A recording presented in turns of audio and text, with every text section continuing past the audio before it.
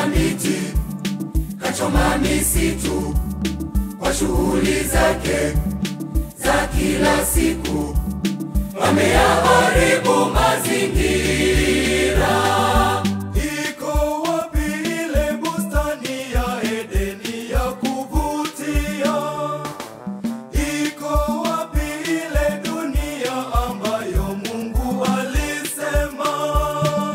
Tazama, kila kitu ni chema, Ni chema baada ya uumbaji wake.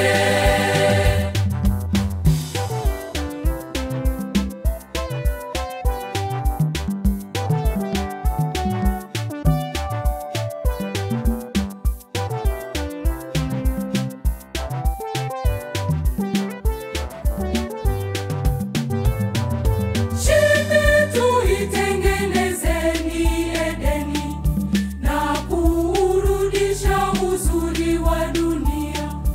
Tuipande miti na kuvutia viumbe, na tuwarithishe watoto urithi ulio mzuri. Pamoja tumpe Mungu utukufu na sifa kwa kazi yake. Basi na tusiruhusu dunia iomboleze kutowajibika kwetu.